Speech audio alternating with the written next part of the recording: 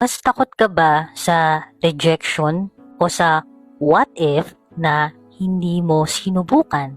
Kahit na alam mong may chance ka na magbago ang buhay mo. Sa totoo lang, maraming bagay ang hindi natin ginagawa.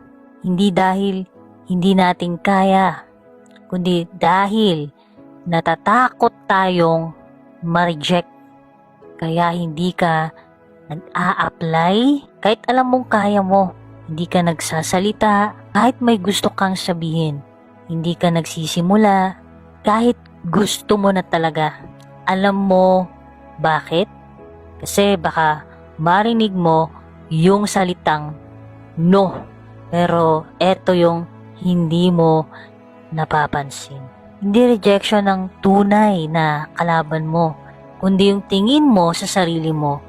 Pagkatapos kapag na-reject ka, iniisip mo, hindi ako enough, hindi ako magaling.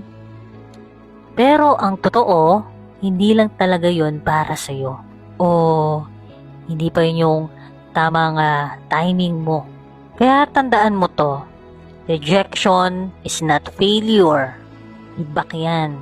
Rejection is not the end. Direction yan. Hindi ka tinanggihan, tinuturo ka lang sa mas tama. Kasi bawat no na naririnig mo, inilalapit ka sa tamang yes para sa'yo. So tanong ko sa'yo, pipiliin mo bang hindi subukan at mabuhay na lang sa what if o susubok ka? Kahit may chance na ma-reject. Pipiliin mong sumubok, i-comment mo dyan, try ko na.